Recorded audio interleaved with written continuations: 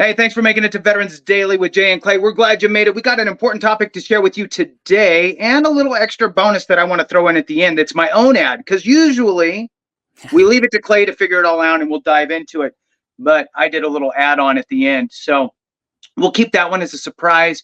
Please hang on through the video, hit the thumbs up, subscribe, share with a friend, all that good stuff. We truly appreciate it. Many hands make light work. There's a lot of groups out there that make a lot of noise to get things done. We need to be one of those groups. We can be louder by showing numbers on our channels, right? Collectively. Clay's channel, the Civ Div, this channel, Veterans Daily, my channel, Veterans Info Tap, and really, quite frankly, anybody's channels that focus on veteran issues. The more of us that watch, the more of us that hit the thumbs up, help to show those out there that we're actually paying attention. So with that, Clay, can you give us a little tidbit of what we're going to jump into and kick us off here? Absolutely. So today's topic is mainly how most veterans reach 100% P&T. You're going to have those very few, and I have many of my friends who got 100% P&T out the gate, but I have way more friends that are 80, 90% out the gate, and they might have to wait 1 year, 5 years, 10 years for these secondary conditions to develop, to then rope under their existing service-connected conditions. And in my opinion, I would argue that secondaries are how most veterans reach 100%, especially as time goes by. You know, our conditions, and I'm sure you know this, Jason, because you're like, what, 60 now? I'm joking. You're about 50, right? Our conditions only get worse over time. And it's not that they might get worse or they might develop other conditions. It is they will develop other conditions. And so that puts veterans in a spot, even if you're, in your 20s and you just got rated, it still puts you in a spot to be on the know or in the know and on the proud of saying, hey, something's wrong with me. I'm going to go get that condition documented. So later on, you can then rope it secondary. And that's really what we're going to talk about, Jason. And my pinging a question back to you, when you're preparing a claim that is secondary versus direct, how are they different from an evidence gathering perspective? That's a great question. So in a weird way, it's kind of the same, but you slide your nexus is what you're doing, and you eliminate your need to prove your service because you've already done that. So it's important, I think, to start with what's a normal claim take, and I'll do the very fast version, right? So you have a service-connected condition that is not a presumptive, that's not a presumptive. You need to have your time in service. That creates that window of opportunity, the entry date, exit date. You need to have your diagnosed condition that's chronic in nature or has residual effects. You need to have the nexus, the link between the condition and your time in service. Okay, once you establish that, you get your service-connected condition. Great. Now that service-connected condition causes another problem, either because of its actual attributes, right? Your bad right knee created problems with your left knee, making it a bad left knee, right? Because you're overcompensating when you're walking, whatever. Or your bad back started to give you elbow issues because you're constantly pushing yourself out of chairs and that type of stuff. So now your elbows and shoulders start to go. As we age, Clay, it's going to happen to you. There's a lot to kind of think about as you connect all these things together. So when you find out that you have a condition that is potentially secondary to your service-connected condition, either by its attributes or medication, right, Clay? I mean, medication can cause issues too. So once you identify that, I feel, this is me, that it's really important that you really hammer home on the point, and I'm going to let you talk about the other side of this where you don't need to do this. I feel like a lot of conditions, you really need to hammer home the point that your service-connected condition has caused this new diagnosed condition. Okay, so two things need to happen. You need to get to answer your question. You need to get diagnosed for that secondary condition. You can't just think it. You actually have to go get diagnosed for it. Then you need to create a nexus between it, your new diagnosed secondary condition, and the service-connected condition that has caused it. Now, an easy way would be, hey, doc, can you do me a favor? This condition that you've been treating me for has now caused this one. Can you write me a little letter that just says that because of this condition has now resulted? I need that so that way I can file it with the VA so I can get reimbursed for my medical expenses. I really appreciate it. Thank you so much. Hugs and kisses and move on your way. So I think that that's the two big things. You must get diagnosed for your secondary condition, and you must create that nexus, that link. I feel most conditions you need to have that really pointed out to the VA. You're not making it up. You're not saying that, my hangnail has now caused my left knee to go out, right? Mm-hmm. You need to have a doctor connect that. Now, I know, Clay, and you do a great job explaining this, and this is why I'm not going to explain it, because I love how you do it. Explain maybe a circumstance that can result from an injury or whatever, that maybe it's already kind of nexus in the world. Clay. Yeah, so that really gets at, what I'm going to call easy secondaries and hard secondaries. The hard secondaries, 1,000%, which is redundant, by the way. You absolutely need to establish that nexus. I'm not saying private nexus, but we'll talk more on what that nexus looks like. For the easy secondaries, where the nexus is in the evidence, meaning like an X-ray. If a condition is X-rayed, and probably the most common secondary you'll see X-rayed that will not require it does require a nexus, but not in the sense that we're talking about it still. If, let's say, your lower lumbar spine is pinching the nerve and you can see that on an X-ray, and now you have radiculopathy, you have diagnosed nerve damage in your legs, it's right there. That is probably the most, I'm willing to bet money, that is the most common secondary service-connected condition. That is service-connected out the gate. Extremely common. It's on the DBQ for back, and so it's a part of that DBQ. So often what will happen is you'll submit a lower back claim like I did. I did not submit for radiculopathy. Because it's on the DBQ, I also had a stellar C&P examiner. That's a very big factor here. But that C&P examiner also service-connected radiculopathy in both left and right because it is so common. It's an easy secondary.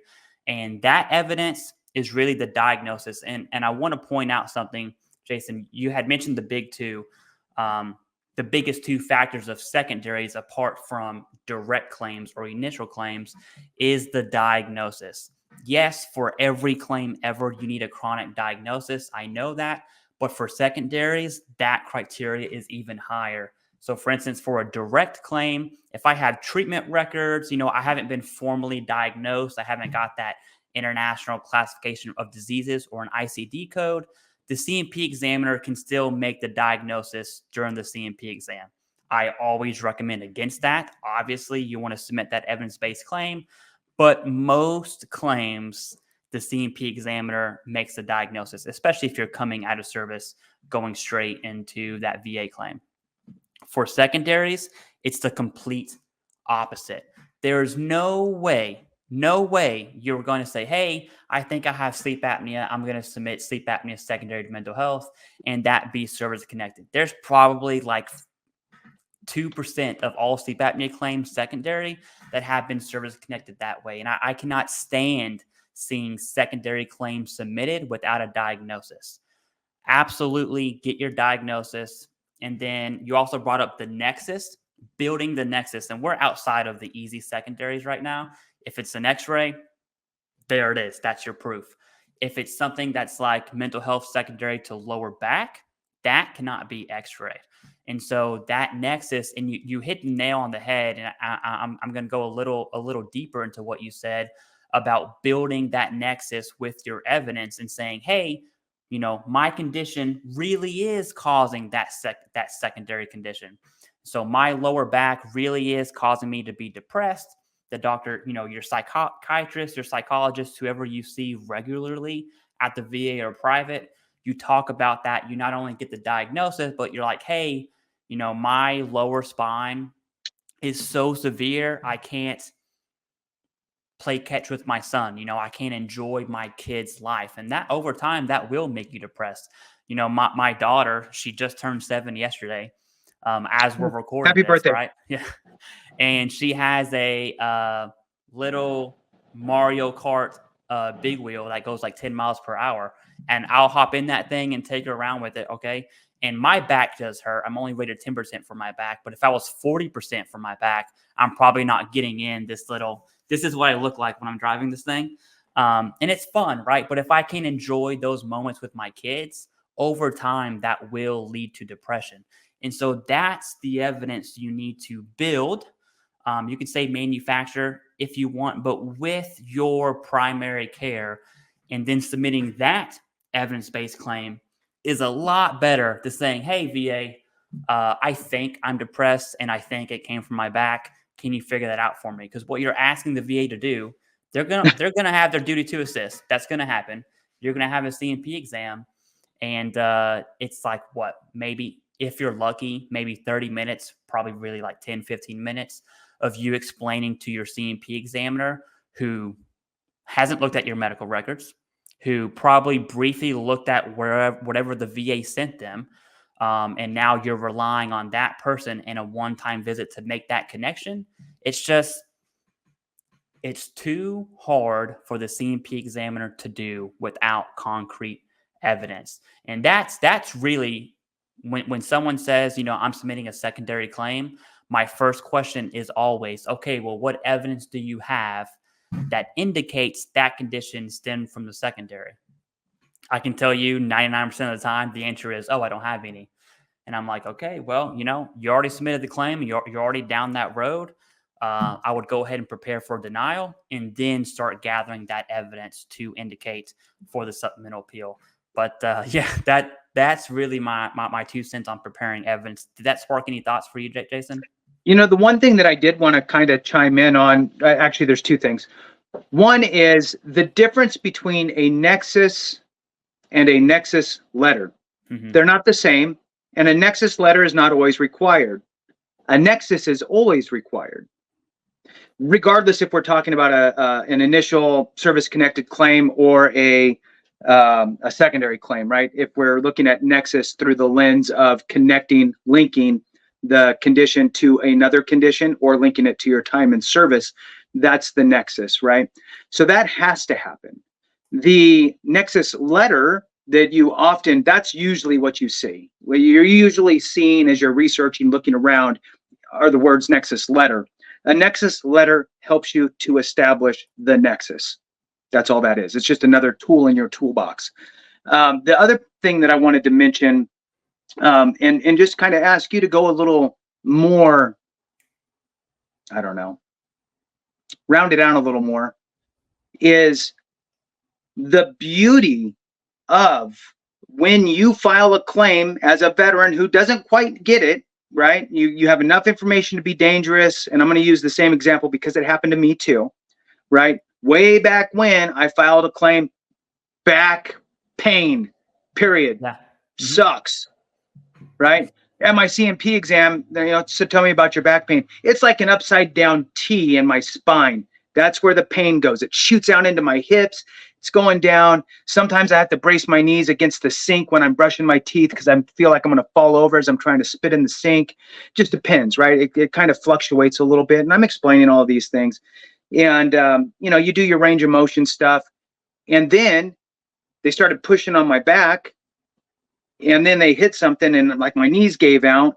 And next thing I know, I'm rated for not just my back, but radiculopathy down both sides that I didn't even know what that word was.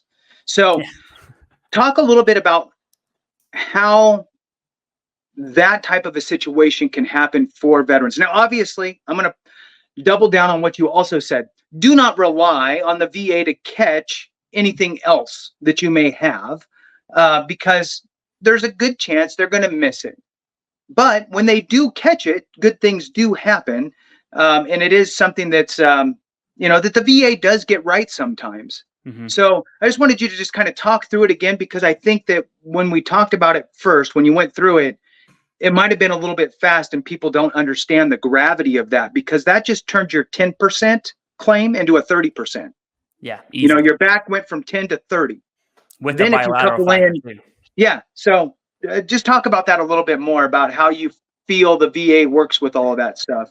Oh yeah, so it's actually there's two different lines of conversation there. One is exactly what we just talked about. Now, I'm not taking away from the CMP examiner in this instance, but the times that happens is when it's on the same DBQ and the CMP examiner simply goes through the DBQ. I know that sounds crazy because a lot of them don't, which is even crazier. But when I say good CMP examiner, they just go through the DBQ. And a part of, I think it's section 3 on the back, is for the lower spine. There's range of motions 3 tests, right? For repetitive flare ups, all of these range of motions. Right below that is section 4. The sections might be off a little bit, but it says radiculopathy. And that test can come in many ways. An x ray. For me, Jason, I sat up on a table, the doctor's bed, whatever it's called, that's got plastic on it. Yeah, He yeah, took that rubber hammer that has a yeah, triangle and yeah. hit both of my knees. And you hit my knee, nothing, right? And it's supposed to be like this, And boing, right? what's really Your funny is, reflexes. what's really funny is when they do that to your knee, instead of moving your knee, right? You go, yeah, exactly. Get Yeah, ready for no. that too. So that's, those tests are just simply going through the DBQ. And I'll say this, and we're still on the same line of conversation here. As a forcing function, because I know now how that works. If someone's submitting an increase for a back or they're submitting a service connection claim for their back, always, always, always submit radiculopathy. It's so common and it acts more of a forcing function. So even if the CMP examiner wasn't going to do it at first, all of a sudden, what the contract looks like, the VA Right. sends a request to the examiner. The Yeah. examiner fulfills that request. And so now that Right. request won't just say back DBQ, it'll Right. say back DBQ, radiculopathy DBQ. Always, always, Yep. always. There's a side note though. If you're already rated for lower back and now you're submitting radiculopathy, the reverse also comes in play because it's in the same DBQ. Your back will be reevaluated 100%. And so people talk about, well, when is my claim reevaluated? The answer is look at the DBQ. If it's on the same DBQ, you can bet your life is going to be reevaluated. And so, same thing. Instead of the VA just evaluating my back that's already service connected, Right. I'm going to submit for radiculopathy secondary. I'm also going to increase my back just as a forcing function. I would much rather the CMP examiner have the mindset of increase versus the mindset of, oh, I'm just going to do a back exam because the VA told me, right? Right. Those are just my thoughts. None of Yeah. that is like doctrine set in stone, but Yeah. this is just trial and error over the Yeah. years. The Yeah. second line of thought, I'm sorry, go ahead. I was just going to double down on, I love that you said that putting the actual claimed item on your claim when you're filing your claim, not just back, putting back, left radiculopathy, right radiculopathy, lower left extremity, lower right extremity, whatever it is, right, is obviously the way to go. And that goes back to what you said the first time, which is be smart and go through it. And here's a great reason why, because they're not always going to pick it up, but sometimes they do if you forget. All right, back. What's that second line of thought you got? Yeah, the second one is, again, when the VA gets it right, sometimes, and it's not common, sometimes on your decision letter below, it'll say service connected or denied. The Mm-hmm. next paragraph is, hey, paraphrase, the VA will say, hey, based on your evidence, you should submit for this claim. You should submit for TDIU. And I've seen that many times. Mm-hmm. And what grinds my gears is the VA sees the evidence, and instead of just doing it, you go through that whole process, which might be like 8-9 months. It gets to you, and the VA's like, hey, you might want to submit for this because you have the evidence. In my mind, I'm like, okay, which means you looked at my evidence.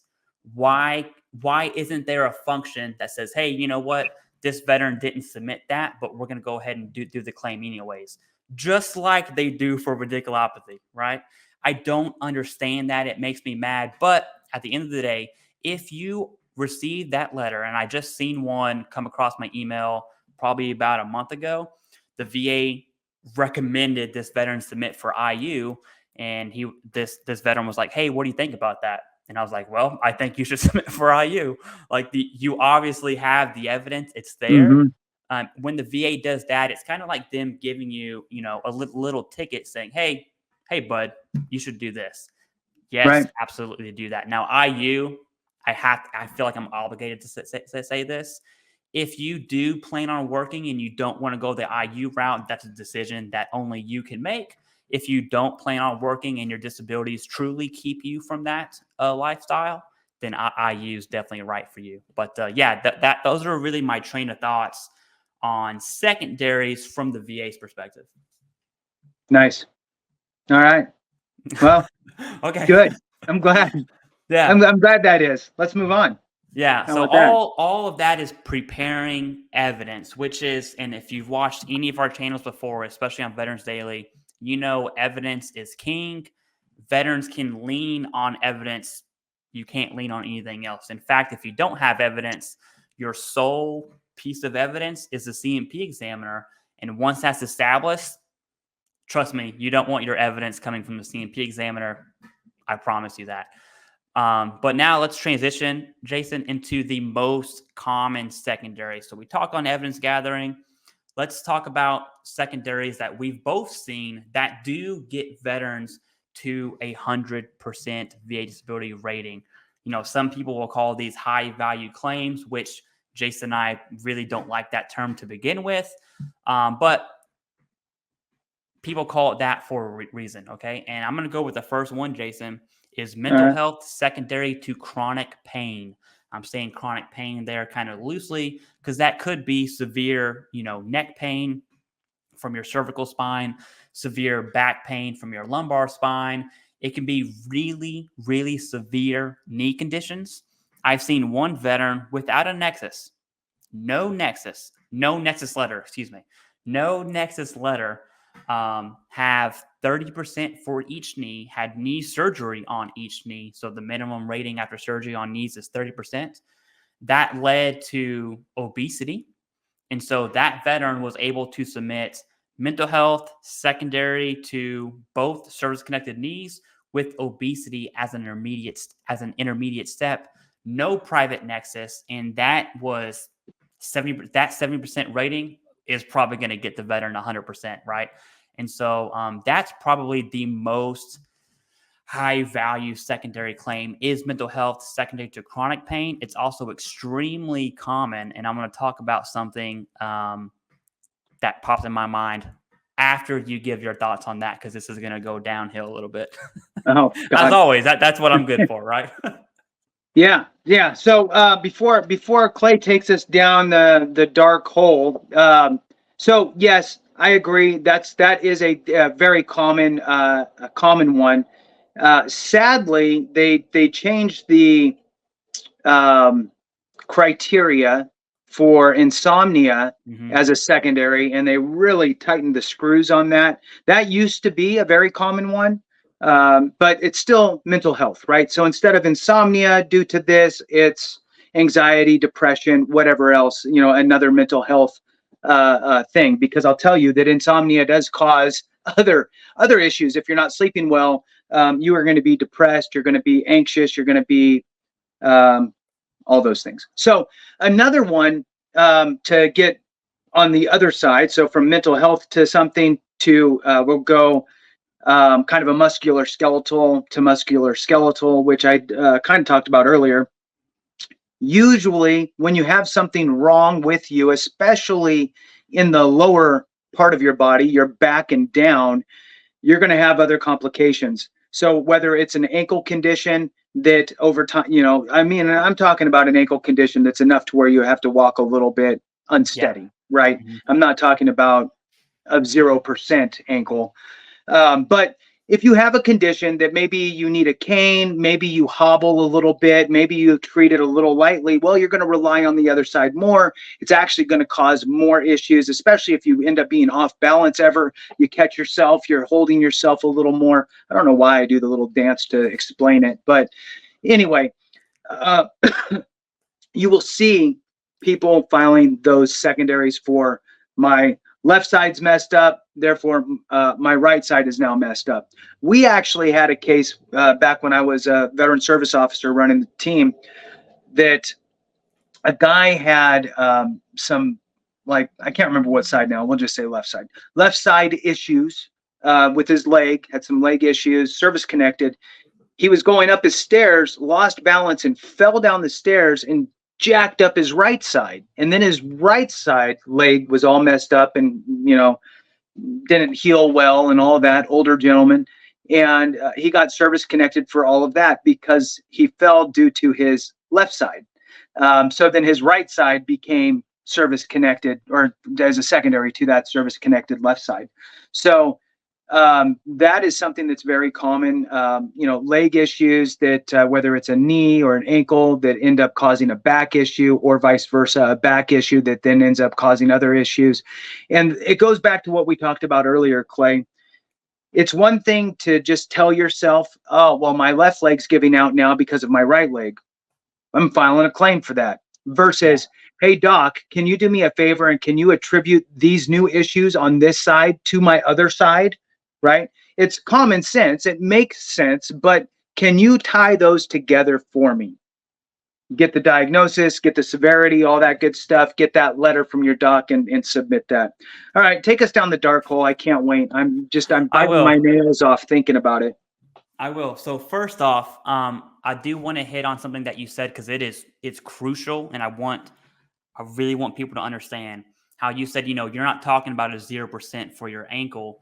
That same veteran that had the knees, obesity, and mental health, those were 30% due to surgery, meaning that's something very serious went on that led to surgery. Take that same scenario and he's got, limited range of motion on both knees at 10%. The VA is probably not going to attribute that to obesity, which is probably not going to lead to mental health, right? And so you won't find this in M21 TAC 1, but in my opinion, it's the more severe musculoskeletal conditions that lead to secondaries, not necessarily like your 10% for your knee. Now it absolutely can, but generally speaking, go ahead. Yeah. I got one more thing I want to throw in there. Arthritis. Mm-hmm.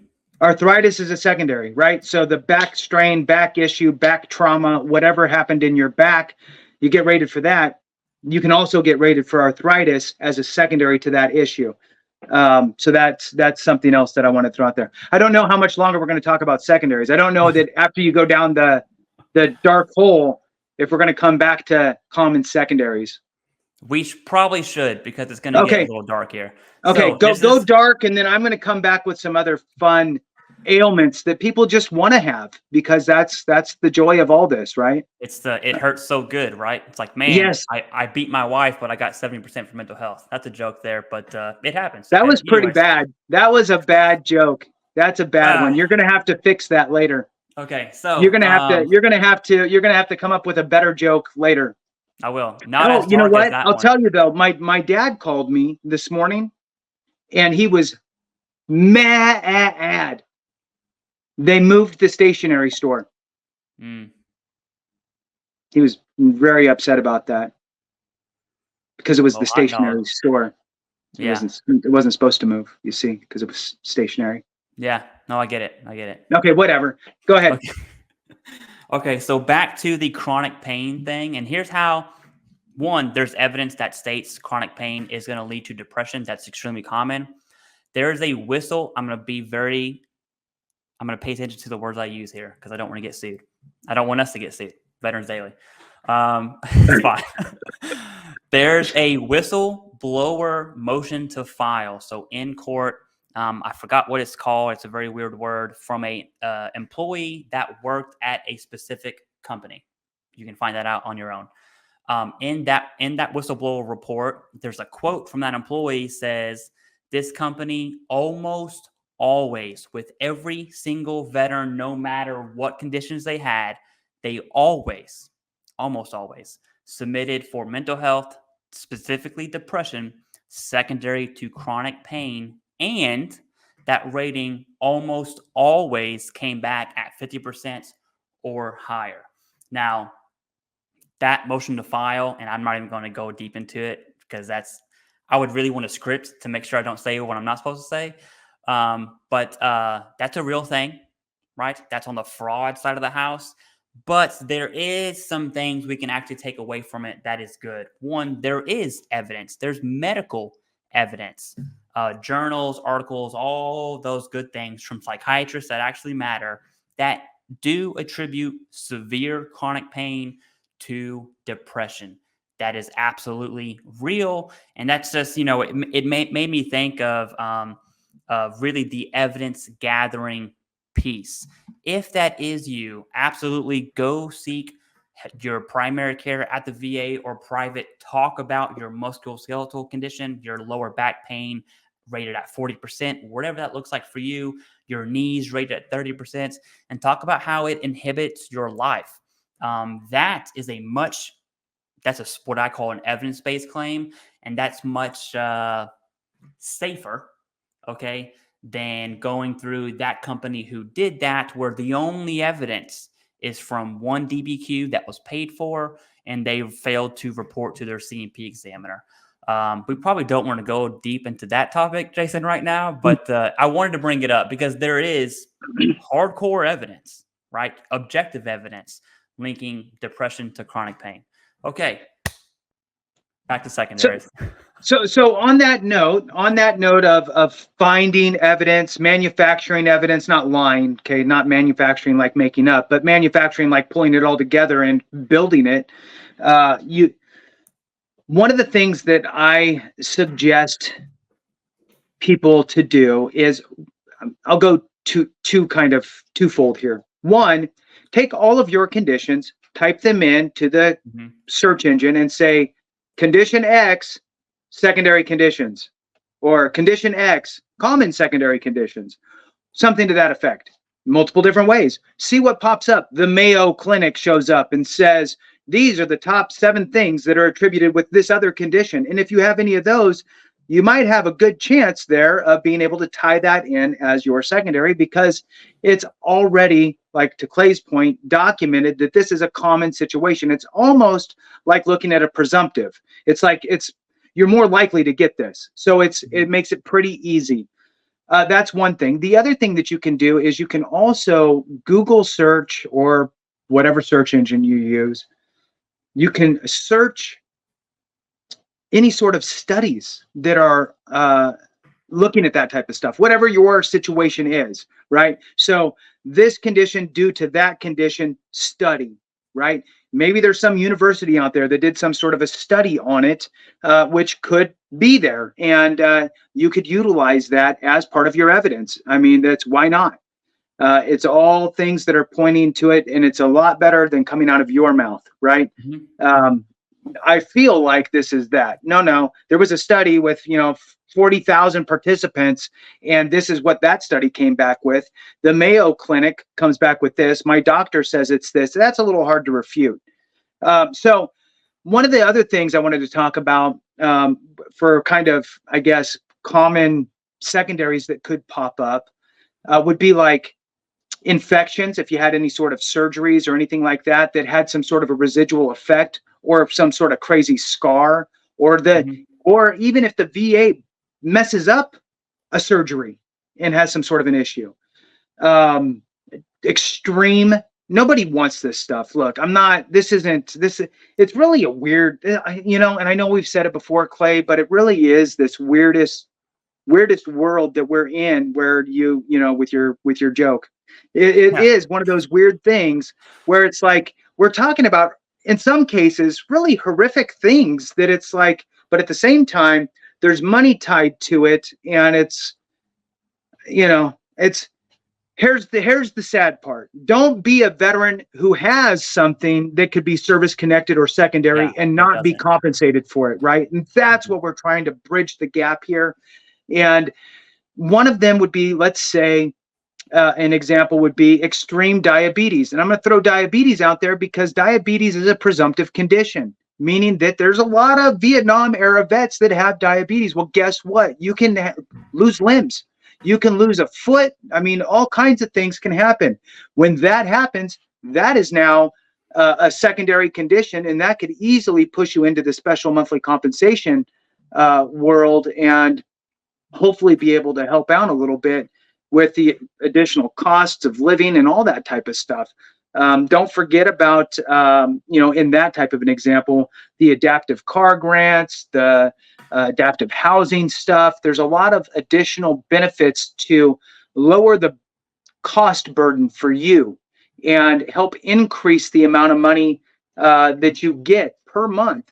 Organ damage from taking your Safeway bag of, I think that's Safeway. Was it a Safeway bag? I think so. Hold on. I always got it on me. So yeah, from taking all of that, Safeway, look at that. So taking your Safeway bag of medication is undoubtedly going to cause organ damage in time. I mean, I look, we've all taken a ton of Motrin and aspirin. We both know that that's not good. So just want to throw it out there, and really, a lot of I think, and correct me if I'm wrong, Clay, I think we're on the same page. I think that the purpose why we do a lot of these videos and we dive into these weird little things is not really to be specifically on that specific topic, but to open the mindset up, or the specific piece within the topic, but it's to open up the mindset to go, oh, wow, the left and right limits are really wide. Maybe there is something there. I'll often throw in, when I'm talking about just service connection for various things, sometimes I'll throw in a motor tick, like a twitch. You have an uncontrollable twitch, a motor tick. That's service connectable, right? Who would ever think that? Mm-hmm. Right? You just don't. So it's like, just to open your mind up on how wide the benefits can really stretch. Anyway, any of that stuff pop any thoughts in your mind? It did, yeah. So I usually start secondaries with this, and I love how you brought that up, because theoretically, and this helps you understand secondaries for any condition, not just the ones Jason and I talk about. Theoretically, you can connect secondary any condition to any condition, don't care what it is. There's one factor in between that, and it's evidence. So if you have the evidence to make the nexus, it's service connected. And I've seen tinnitus, or I've seen sleep apnea secondary to tinnitus, which is difficult. Okay, it's absolutely not common, but think about it. You have tinnitus when you're sleeping, you're not really resting, and so your body's really like this inside. That's going to obstruct your airway. Boom, sleep apnea. I've seen that many times. There's these other secondaries. The most common, and I like how you brought up the medication. If you have hypertension, one of the medications is a blood thinner that makes you use the restroom a lot. It starts with a T. I forgot what the actual word is, but it makes you go use the restroom. My kids are on this hypertension medication. That's why I know about it.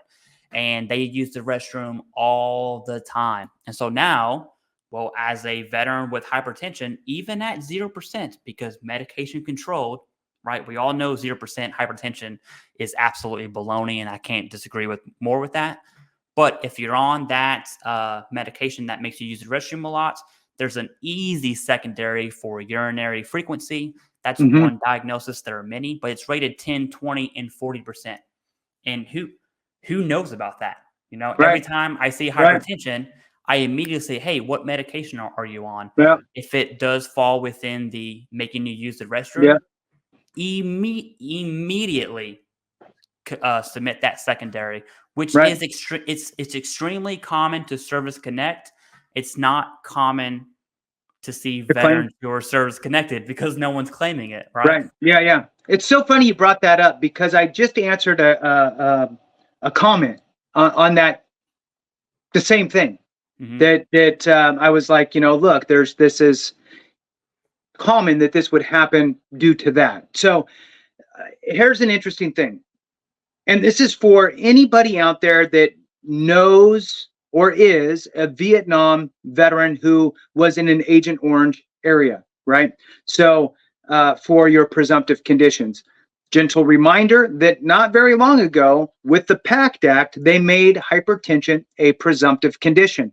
This is a condition that Vietnam veterans have been trying to file for and get denied over and over and over again prior to this being implemented as a presumptive condition. So now, if you have not, I'm going to throw out a couple things. This is almost like a public service announcement now. Yeah.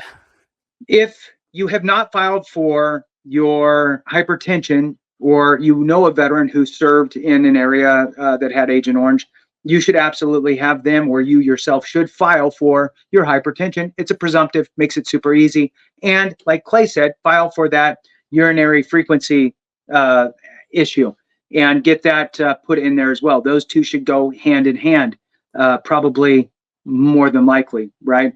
So on a side note, sadly, we're losing lots and lots of Vietnam era veterans now as age is sneaking up on all of us.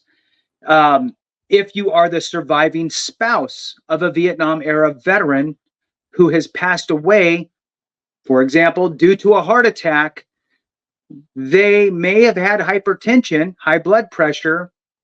If they were diagnosed for that, you can get them, get their death certificate amended to say that the cause of death was their heart attack, but a contributing cause of death would be that hypertension, high blood pressure. Then that is a presumptive condition. You would then file a claim for your DIC, dependency indemnity compensation, leveraging that aspect. I would highly suggest work with an accredited representative out there to help you file that DIC claim, and that will pay you out anywhere between $1,600 or so per month, all the way up into the $3,000, depending on a whole host of varying factors. But the bottom line is that this is a benefit out there for you, the surviving spouse. So please make sure that you look into that. Get with an accredited rep. That's my public service announcement. Yeah. Back to you, Clay. Yeah, so I'll talk about two more secondaries real quick. What you had said a few minutes ago, I totally forgot to bring this up. There's a huge scar. You can kind of see it right here. It goes from the top of my hand all the way down to right here. And I broke the baloney out of my wrist. That's an understatement. And so I submitted, this was in the Marine Corps, super easy claim.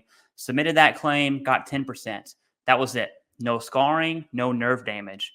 It wasn't until I really looked at secondaries that I realized, hey, there's a big scar there. Also, I have carpal tunnel. I used to play a lot of guitar. That's not possible. I can probably play for a good 10, 15 minutes. And then my hand goes there. It's a painful numbness that happens in my hand now. But I think it's a good example. We both had CMP exams where radiculopathy was accounted for in that DBQ.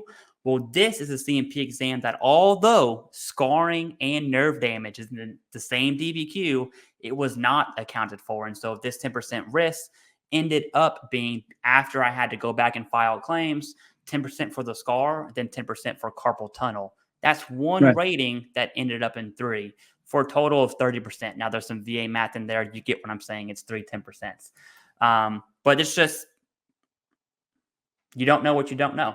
I could have went my whole life not knowing I could have 20% more for my wrist, and you just don't know what you don't know. But really, what I really want to talk about, you know, Jason, what though, Clay?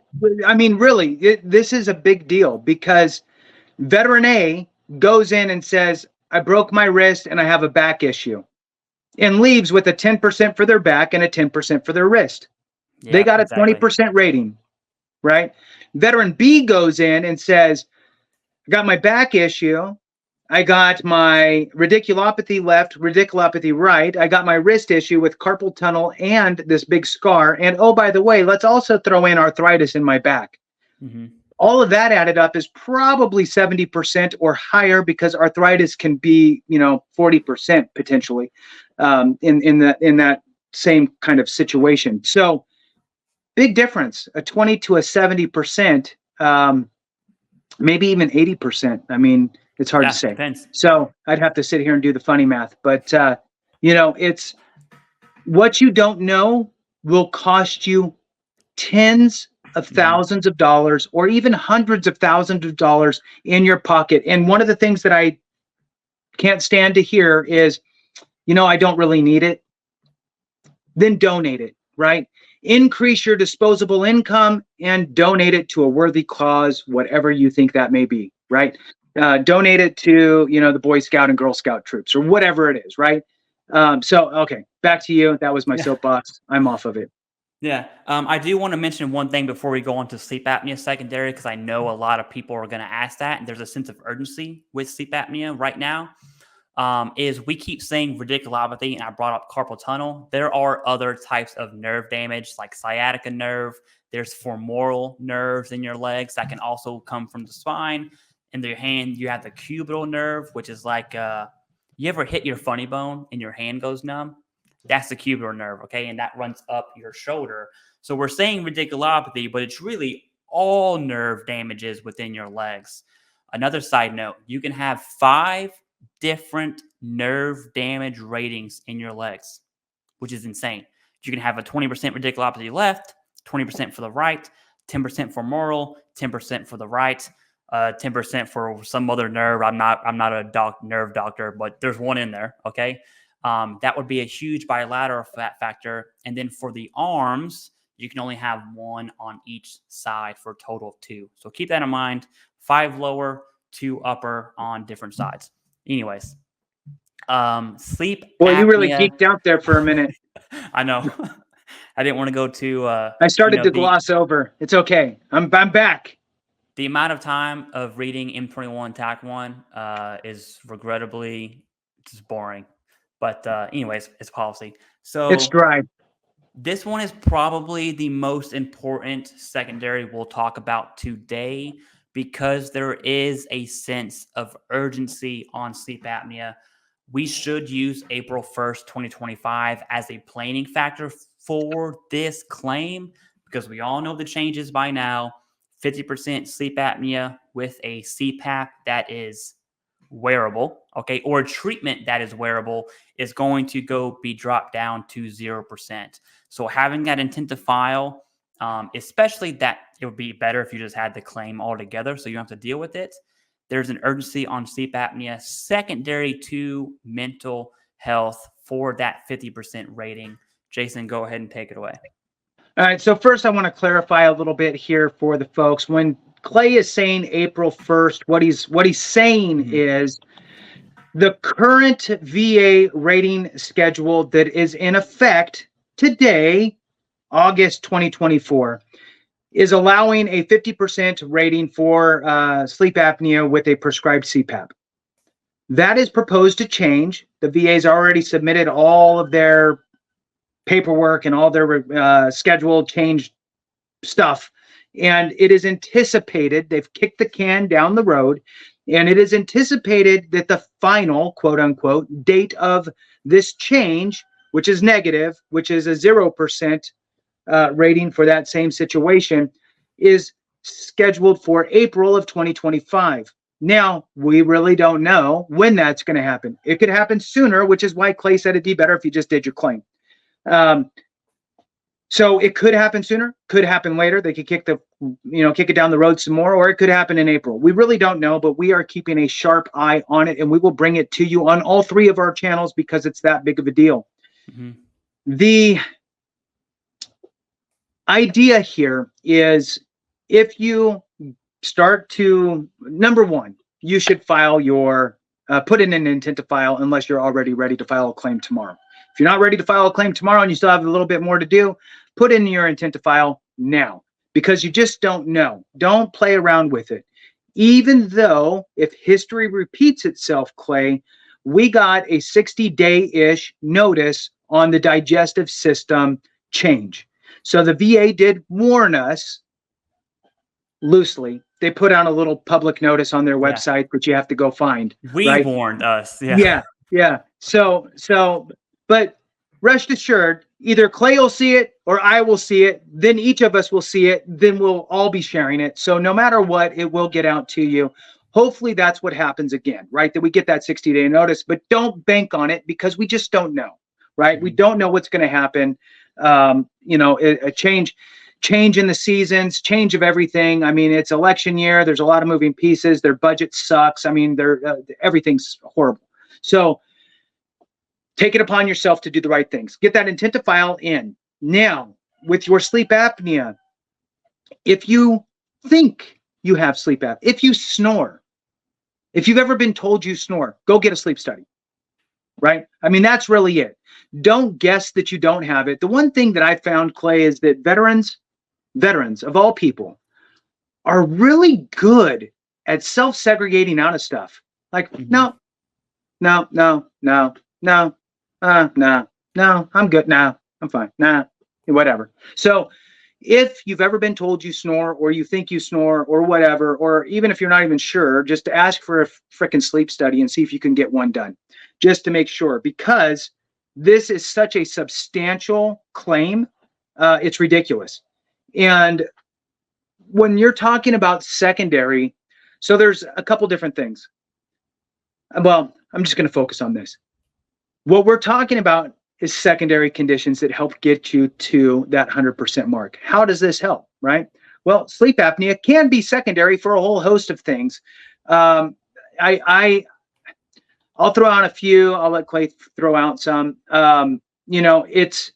There's, I guess, studies, whatever you want to call it. There's information out there that shows that sleep apnea can be secondary to conditions like sinusitis, rhinitis, asthma, lung conditions. Well, guess what? We're talking about all the veterans that have ever served overseas in the last 20 years with all the burn pit stuff. And really, quite frankly, there's an argument to be made for every veteran who served in any theater, anywhere, because there's always been burn pits back in, however long ago.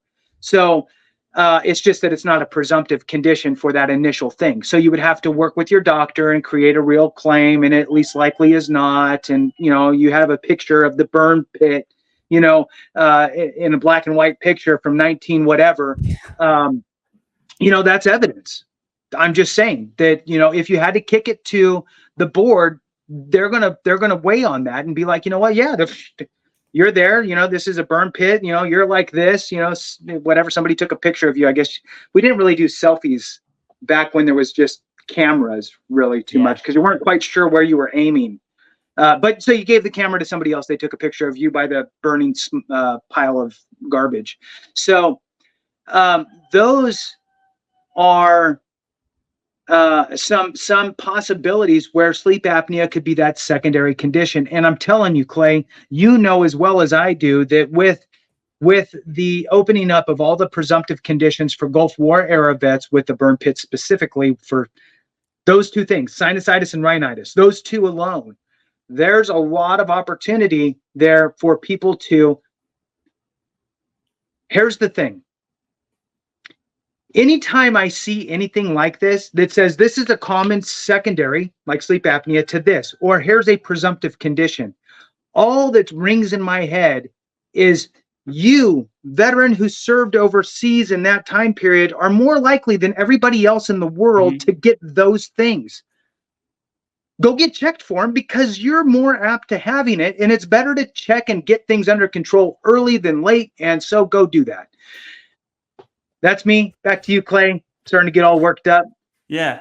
So sleep apnea is a respiratory condition. So your other respiratory conditions, there's a word for it. It goes both ways, right? So sleep apnea secondary to rhinitis, rhinitis secondary to sleep apnea. It's a two-way road. You can go both ways. You want to call it biconditional? Biconditional, yes. I don't know. But it is a word, though, medical term. Now, there are two other conditions for sleep apnea to be secondary to that are common. And mental health is actually not the most common. It's going to be respiratory conditions. I think that's obvious. It's a respiratory condition. The second most common is obesity, but obesity is not recognized as a service-connected condition that gets a compensable rating. However, the VA will recognize, and I'm just going to say it like this for a reason, that you're fat because of service. Now, that is way different than being fat because you diet, you don't diet, or you don't work out, you're just obese. And the reason I'm saying it that way is because I really want the viewer right now to understand, if you are overweight and you have respiratory conditions and you have mental health, but your obesity is from bad diet, the VA will more likely than not attribute your sleep apnea to obesity, because there's a causative link between sleep apnea and obesity, and there's a correlated link between sleep apnea and respiratory conditions and sleep apnea and mental health. Meaning, if you're obese, you have got to speak with your healthcare provider and talk about how your service led to weight gain. The example I gave earlier, the double surgeries on each knee at 30%, you're going to have a hard time doing anything, especially going to the gym. You're not squatting, you're not doing leg presses, you're not doing any of that, and that will lead to weight gain for sure. And so the intermediate step is solid, but I would never in a million years rely on a CMP examiner to make the intermediate step for me. It's got to be through your primary care. And then that also leads to mental health. The strongest sleep apnea claim, in my opinion, is one where a veteran already has diagnosis. They have a CPAP, mouth guard, whatever treatment you want to use. Your apnea episodes would rate a CPAP. That's the 50% criteria. That veteran who is obese and has anxiety, they attribute the weight gain as an intermediate step, and the anxiety side of the house, like PTSD, like how we said earlier about tinnitus, how you're sleeping, but your body's not resting, right? You're technically asleep, but inside your body's like this. That's going to obstruct your airway, hence obstructive sleep apnea. That is the strongest claim for secondary sleep apnea I can think of, is when you are overweight and you have another correlating factor like respiratory conditions or mental health. There's one thing I did want to talk about, Jason, and then I'll kick it back to you. That also brings up those who are not obese, who have anxiety, PTSD, or other respiratory conditions, because now the VA can't use that against you. And it's a stronger, I'm trying to get my words right. Since obesity is not causing your sleep apnea, you have a stronger link to mental health or respiratory conditions. Someone who's 26 is in good shape should not have sleep apnea. And you have to build evidence for the CMP examiner to see that, because CMP examiners are not sleep apnea gods, right? They're not going to look at your evidence and really make that link. Go ahead, Jason. Yeah, I just wanted to kind of tap on the obesity one. Also, you can, so as you're looking at obesity and then you're trying to figure out ways to not let the VA say, well, it's because you're obese, right? So hormonal disorders, right? If you have a thyroid condition that is causing you to gain weight, right, or not lose weight, we'll say, your body's not processing like it should due to your hormonal kind of imbalance, that would be another kind of avenue to look down. What's funny is I've told people, Clay, and I'll say it out here to everyone, is during the TAP presentations, right, is, look, you're still in. If it were me, I'd go get a blood test for everything. Yeah. I'd check my hormone levels. I would check my thyroid. I would check everything. Check for diabetes. Check for everything. At a minimum, you should Google search your own demographic and go most common, conditions or ailments, and get checked for all of that while you're in, because then it'll help out a lot in this type of a situation, right? So if somebody is overweight today, but they got diagnosed for a hormonal imbalance due to a thyroid condition while they were in, then the dots are easy to connect for the VA to rule in your favor. I did pull up here, Clay, some other diseases that could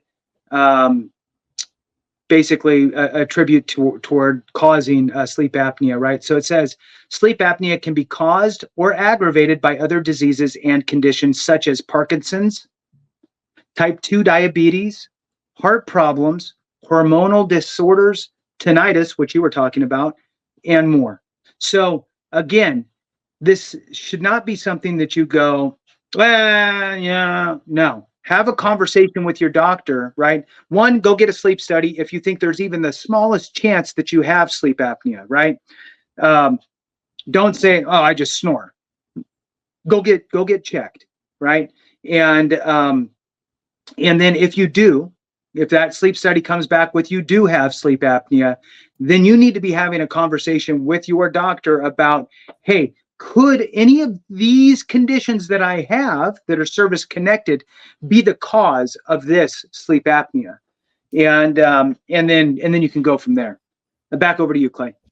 Yeah. One thing that sparked to mind, you talked about thyroids, which is any condition that would lead to sleep apnea for sure, or obesity. And that also includes medications. There are tons of medications that will, not maybe, you will gain weight.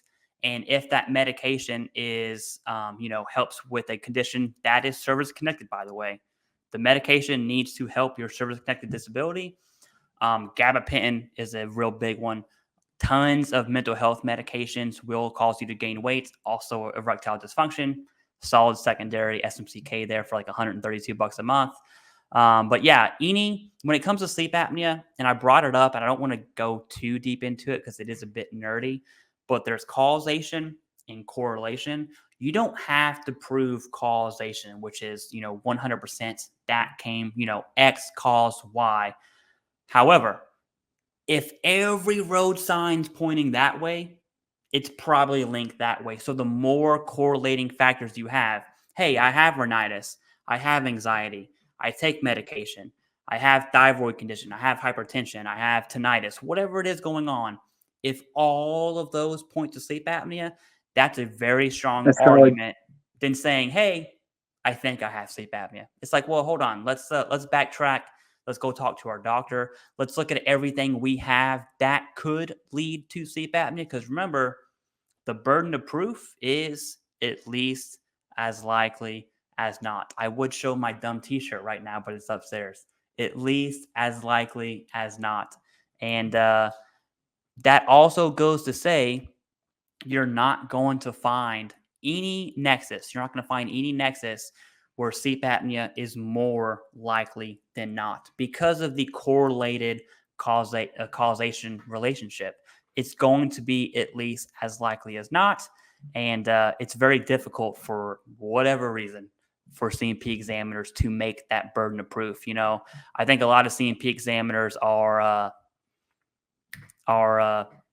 proven, prove to me beyond a shadow of a doubt, beyond a shadow of a doubt that service connected, which is not the burden of proof required for the VA. It's just as least as likely as not. That's all I have on sleep apnea, Jason, unless you have anything else. I'm just going to point out that, this is a big deal, and that's why we're talking about it. It's a lot of money, okay? And especially when you're talking about sleep apnea. And here's the thing. We're talking about moving from, let's say, a potential you're, in the 60, 70, 80% range and moving to 100%. I mean, that could be $2,000 a month difference-ish, right? That $2,000 is $24,000 a year. Over 4 years is $100,000, right? Mm-hmm. That's a lot of money. $100,000 in 4 years of additional money in your household, in your pocket, increasing that disposable income, being able to buy things, having that as a monetary benefit, adding real money into your pocket is life-changing. And the reason why we're harping so much on sleep apnea is because it is a 50% rating today. It's going to be a 0%. Yeah. We're guessing in April. It is hard. With the VA funny math, the closer you get to 100, 95, the closer you get to 95, the harder it is to get there. The value of each claim actually gets smaller the closer you get. So very quickly for folks, how VA math works, right? I'm going to explain it to you very quickly. I don't know if I've ever done this on this channel, but I'll give the quick explanation. So if you have, I'm going to use easy numbers, 50% ratings, right? 50% for your head, back, and foot, right? Just even though that's probably not even possible. But 350s. Those are your 3 ratings. The VA goes, okay, now you have 3 ratings. What we're going to do is we're going to take your highest rating first. Well, in this case, they're all the same. So they take that highest rating, 50%, and they go, okay, well, you're 50% bad. But that means you're still 50% good. Yeah. So nice. then they go to your next rating, and they go, okay, your next rating is 50%. They go, okay, well, 50% of your 50% good is 25. 25 bad added to your 50 bad takes you to 75 bad. But guess what? You're still 25% good. Then they look, they go, oh, one more rating. They take that next rating. This is 50% again. And they go, okay, well, 50% of your 25 is 12.5. 12.5 is really going to be 13. They're going to add that 13 to your 75. That's going to take you to 88. 88. Okay. Then what's going to happen is they're going to round you to 90. And that's your rating. So 350s is not 150%. 350s is 90. Okay. And you would think, my God, I'm 150%. I mean, I should be at 100. Yeah, no, you're at 90. And actually, you're on the low end because you're 88 rounded up to 90. Mm-hmm. So you still have a lot more to go because you're still 12% good. So even, let's throw in one more 50. Even if you had a 50% more, bam, now you do this sleep apnea thing. Now you got 50% more. Well, 50% of 12 is 6. 6 plus 88 is 94, rounded down to 90. You're still 90, even with another 50% rating. It's mind-blowing how this works. So that's why I hate high value claims. Every claim's important. So imagine if you also had tinnitus for 10%. All of a sudden, that tinnitus is super important, isn't it? Because now you'll be 95, rounding you to 100. So anyway, that was my little tutorial. Back to you, Clay. Yeah, I've seen, VA math videos. I've done them myself. My co-creator, Jay, he's done VA math videos himself. And there's never really a good way to explain it. But I'll tell you this, Jason, that was the best explanation of bad and then good. I'm probably going to steal that here soon. So stay by for that. Yeah. Now, the last topic that we want to talk about, and this is actually your suggestion for the episode. I already forgot. Is, okay, now that you're at 100% P&T, is it worth poking the bear? Now, I know Jason's going to say yes. I'm going to give an argument as to why I would not, just to, add the nuance of the thing, because it's not a clear-cut answer. That's for sure. So, Jason, go ahead and take it away. Should veterans poke the bear? I hate that. I hate that saying. Anyways. I know, right? Well, so now we've said a few different things that we hate, which is always fun. So look, I'm pretty good at never really being 100% committed to anything I say because there's so much nuance, right? So, but here is the thing.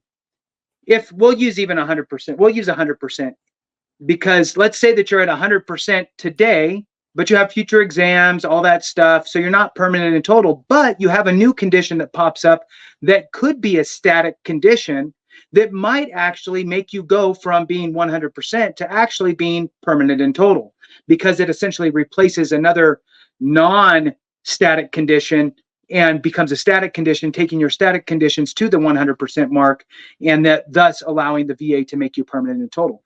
That's huge. Have a discussion with an accredited representative and see if it makes sense for you.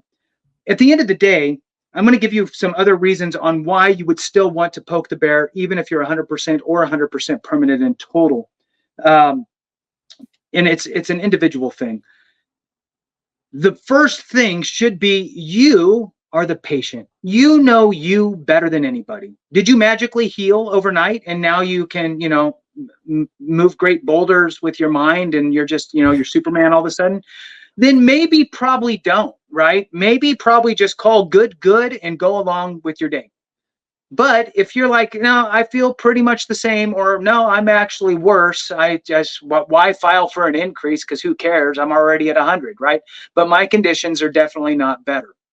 You're probably not at risk. I'm just saying, even if they did a C&P exam on you, they're going to be like, oh, you poor guy or gal, I feel bad for you. You're actually worse. So I think the only people that need to worry are the people that don't ever go document anything, don't ever go to the doctor, and are magically healed. Those are the people that should be cautious. For everybody else that are like, you know what, nope, I'm still getting my bag of meds and I'm still going to the doctor and my condition still sucks, but here we are, right? I'm not worried. So in that boat, I am not worried at all. Fine, let's do another thing. Fine, I don't care, whatever. It's annoying, sure, but I'm not worried because my situation's not better. Okay, so why would you want to? I'll give kind of, I guess, like 3 kind of examples. And again, I'm going to preface it with work with an accredited rep, have them look at your file, have them read through things, have a conversation with them and see if it makes sense to take you to the next level. So the first one was it could take you to permanent and total if you're just 100%. Now let's just say you're permanent and total. Why would you even file anything else? Well, let's just say you don't have any conditions that warrant a clothing allowance, but you have a new condition that showed up that would. I mean, why not? Right? You want to just leave that $1,000 on the table? I mean, cool. You can. It's not the end of the world, but it is there, and it is a benefit for you that's there for you. So consider it. Another would be, let's say that the condition is gotten worse, or a new condition popped up that's substantial, and it would maybe warrant aid in attendance or housebound benefits. More money, right, into the household would be another reason to consider it. Or let's say moving over to the SMC scale all the way. Let's say you have diabetes today, but now you have amputations, right? Nope, I'm 100%. Don't want to poke the bear. I just lost both my feet. Come on, right? It's the wrong attitude, I think, to blanket statement that. Because what about the veteran who was either in severe cold climate in Korea and they've lost their feet, or they had diabetes from Agent Orange in Vietnam and now they lost their feet. Hey, look, you already are at 100%. You better just lay there and deal with it. Don't get greedy. Stupid. That's stupid. I just want to smack the out of some people for saying that, because you need to know your own situation and make a logical decision, right? But don't say not to do it. Just knee-jerk reaction. Ask a few questions. Yeah. You can't just say, don't do it. I see it so many times. Hey, I'm at 100% today. Should I file for anything else? Don't poke I just lost both my feet from this, and here I am, and okay, I probably shouldn't even ask for that wheelchair access now. I should probably I'll just lay in bed. No, wrong answer. There's these benefits out there for a reason. I don't think that the VA is going, God, I can't wait for this person to file again so we can just take it all away. I really don't think that's how it is. Do I think that people get reduced? Sure. But I think that that's the people that magically healed, didn't go to the doctor and aren't taking any more medications and aren't doing anything, right, to substantiate any kind of ongoing chronic nature of their condition. All right. With that, jumping off my soapbox again, Clay. Yeah. I'm on one today. I'll tell you what. So I totally agree with SMCs, and I would also throw SMCK in there on a secondary basis for medication. That's blatantly obvious for me. So if you're 100% P&T, you have PTSD, you're taking medication, you have ED, just submit the SMCK claim. The VA is not going to take away your P&T. Now, arguments for why I would say no, and there are some instances, okay? So for instance, let's say I'm 100% P&T and PACT came out and I can claim rhinitis. Well, rhinitis is 10 and 30%. And for my situation, would rhinitis connected at 10 or 30%, would that give me anything? It wouldn't. And so I'm simply not going to. I think most veterans fall in that category, which is where you see don't poke the bear. But I agree with you. I cannot stand responses. someone asks a question and the response is, don't poke the bear. It's like, well, hold on. You don't even know this veteran situation. That could put them in an SMC S, for aid and attendance. You have no idea. I think the skincare example is absolutely solid. Most skin conditions are rated 0%. Why? Because of medications and creams, and that's a very easy route to a clothing allowance. Outside of SMCs is probably where I would say no, generally speaking, because there's just no benefit. Now, if there's a benefit, absolutely, yes, for sure. If you're at 94%, I also see this a lot, Jason. If you're at 94% rounded to 90, veterans are looking to submit one claim, and I'll have some veterans say, hey, I'm at 94%. Can you help me with tinnitus? I'm just like, well, you're at 94%. Why don't we aim to be properly rated so you're not dealing with this again, right? And so if you're looking at tinnitus, okay, well, what's your evidence for tinnitus? What's your evidence, what did you not submit? Maybe it's rhinitis at 10, 30%. Be properly rated. I think once you're at 100% P&T and there are more conditions you can submit for, something went wrong along the process where you're just looking at high value claims, right? Or you're just looking at whatever. Something went wrong along the process. Now, if you're 100% P&T, 40 years go by and you develop some extreme secondaries that would push you to SMC, yes, always submit for SMCs. SMC is a whole nother scale. There's 0, 100. The pay difference from 90 to 100 is pretty significant. The pay difference from 100% to SMCT is like 4 times that amount. So yeah, it's a big deal, Jason. Yeah, absolutely. Now, another thing to think about is in order to slide over to the SMC scale, and this isn't an SMC video, but typically you want to be 100% plus have another 60% rating, right? So depending on what it is, I mean, it could factor into that. Anybody, in my opinion, who has ALS should automatically file for it, because even if they took away all your other ratings, you'd still be 100% based on ALS. And if you pass away due to ALS, now your survivors have an easier route. They have to fight the VA a little less. You've removed some red tape. Is it going to affect you? No, because you're gone. But it makes life a little bit easier for your survivors. I think that's another kind of aspect. I mean, some of us care about what our survivors have to deal with after we're gone. And I think that any of the presumptive cancers, anything like that, if you're already 100% permanent in total and you file for a cancer, you're probably still 100%. So it just makes it a little bit easier, especially if it's going to be the cause of death, for your survivor to be able to just file a DIC claim, very clean and an easy process, instead of trying to get the service connection piece installed first and then coming back with the DIC after the fact, kind of post-mortem. It's a little bit more hassle, and I don't know. I'm about trying to lower the barrier a little bit. Sure. So that would be, I guess, the last couple thoughts that I have on some reasons why you may want to consider it.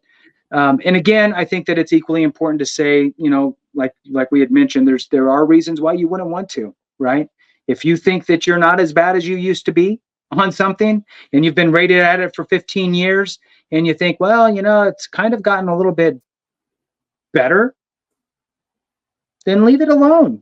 That's fine too. I mean, it's not the end of the world if you do or you don't. It's just that there is no right answer that fits everybody. That is the truth. There's not one single thing. And I think that's the point that you and I have, is that it's too nuanced to give that type of guidance.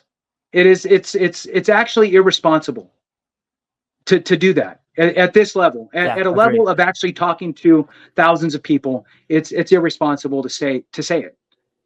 It's a very personal and specific case by case situation.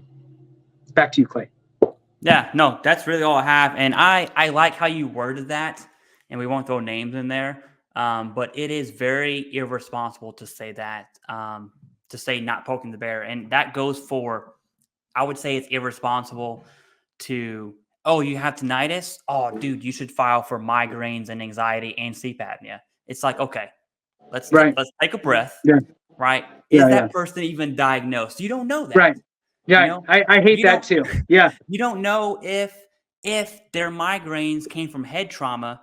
That's documented evidence, a part of their file. You don't know that. And I think that's not just, I mean, the everyday veteran that comments on Facebook and Reddit and here on YouTube, you know, it is a little irresponsible. I think YouTubers play a larger role in that, especially when you have thousands of views, that things that we say carry weight. I mean, we are literally changing people's lives with benefits and money. That's a very big deal. And so, you know, that definitely makes me think of like, okay, well, next time I make a video, I'm definitely going to, you know, not be irresponsible, which I think we both do pretty good on that. But we have hundreds of videos. Who knows, right? Right. Anyways, yeah, I'm sure. Nobody's perfect, right? And here's the thing is that I think that's why we work well together, right? Is that we have kind of the same mindset. You have done so much self-educating in this world that I feel very confident in your ability, and I think likewise, right? So for me, I was accredited, and it's not that I don't think that you could have went and got accredited, and you could today very easily go get accredited with the amount of knowledge you need. You really don't even need to study. You'd be good to go.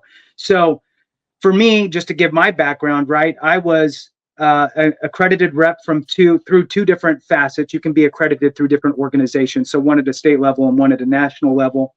And I did that for 5 years as an accredited veteran service officer. I've been in the veterans benefits world for over a decade, from anything from employment stuff to homeless and at risk of becoming homeless services as a director running that. And then I was, the VSO running that office, and sat on multiple committees and commissions that were all veteran facing and serving, and a disabilities commission.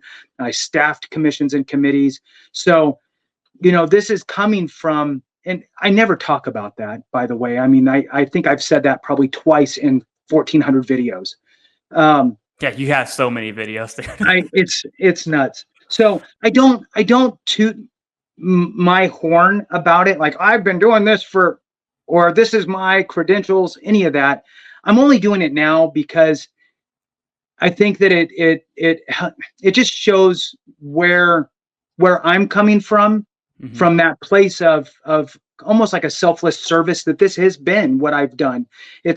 I've seen other people out there that, I've been doing claims for 20. Look, working on your own claim for 20 years doesn't mean you've been working on claims for 20 years. I'm sorry, right? It's about the number of claims that you saw. It's about the number of situations that you had a conversation with. It's about all the circumstances, from working with surviving spouses to dependents to the veteran. I guess I'm trying to get here to the point of, for the viewer, ingest information. Information's free. Take it in.